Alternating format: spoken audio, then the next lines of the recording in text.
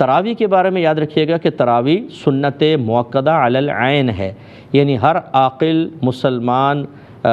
بالغ مسلمان مرد و عورت پر تراویح پڑھنا سنت مؤکدہ ہے،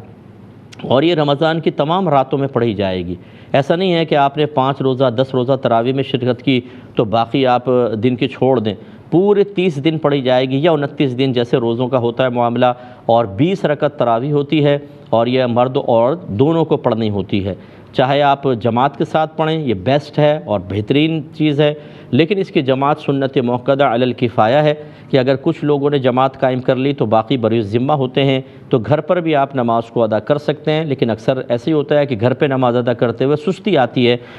اس لیے جماعت کے ساتھ نماز پڑھیں، یہی بیسٹ ہے۔ ہاں، جو جماعت کے ساتھ نماز پڑھ رہے ہیں ان کے لیے ایک مزید سنت یہ ہے کہ اگر صحیح پڑھنے والا ہے تو پورے ایک قرآن کا ختم کرنا یہ بھی سنت مؤکدہ ہے، تو پھر وہاں پہ مسجد میں قرآن کا ختم ہونا چاہیے۔ اس کا مطلب یہ ہوا، یہ کلیئر ہو گئی بات کہ اگر آپ گھر میں نماز پڑھتے ہیں، تراویح گھر میں پڑھتے ہیں، تو پھر آپ کے لیے قرآن ختم کرنا کوئی واجب نہیں ہے، یہ سنت مؤکدہ نہیں ہے۔ نہ یہ کہ آپ کا مسجد میں جا کے نماز ادا کر کے پورا قرآن سننا کوئی لازم ہو، یہ بھی نہیں ہے۔ جو مسجد میں اہتمام ہو رہا ہے وہاں کمیٹی، امام اور مقتدی جو ہیں وہ ایک قرآن کے ختم کا اہتمام کریں تاکہ سنت مؤکدہ ادا ہو، لیکن ہر ایک کو قرآن سننا یہ کوئی لازم نہیں ہوتا ہے۔ اگر گھر میں آپ پڑھ رہے ہیں تو سورتوں سے آپ تراویح ادا کر سکتے ہیں۔ میں گزارش کرتا ہوں کہ تراویح بالکل یا چھوڑنے کے بجائے، اگر بعض لوگوں کو نماز میں سستی محسوس ہوتی ہے کہ طویل ہوتی ہیں تراویح، جی قرات بڑی لمبی ہو جاتی ہے اور میں کھڑا نہیں ہو سکتا، تو پھر آپ تراویح چھوڑیں نہیں، خدا را اپنے گھر میں نماز ادا کریں، اور سب سے بیسٹ ہے کہ آپ مسجد میں ادا کریں۔ یہ بھی یاد رکھیں کہ تراویح سنت مؤکدہ ہے، اس میں قیام فرض نہیں ہوتا،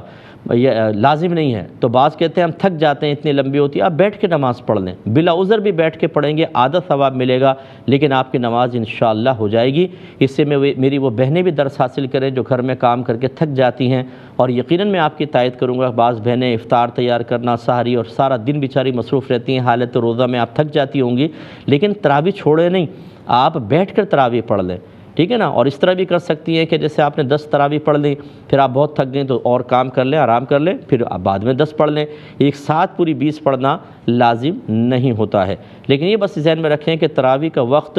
عشاء کے فرائض کے بعد شروع ہوتا ہے۔ آپ نے عشاء کے فرض پڑھ لیے پھر آپ تراویح پڑھ سکتے ہیں، لہذا جو ہمارے بھائی وغیرہ مسجد میں آئے اور فرض کر لیں کہ عشاء کی جماعت نکل گئی، تراویح سٹارٹ ہو گئی، تو آپ ڈائریکٹ تراویح میں شامل نہیں ہوئیے گا، ورنہ آپ کی تراویح نہیں ہوگی، یہ نفل نماز بنے گی۔ آپ کو چاہیے یہ کہ پہلے آپ علیحدہ کھڑے ہو کر عشاء کے 4 فرض پڑھیں، پھر آپ جماعت میں شامل ہوں۔ اب یہ دیکھ لیں آخر میں کہ کتنی رکعتیں آپ کی نکل گئیں، وہ پھر آپ وطر سے پہلے بھی پڑھ سکتے ہیں اور وطر کے بعد بھی پڑھ سکتے ہیں۔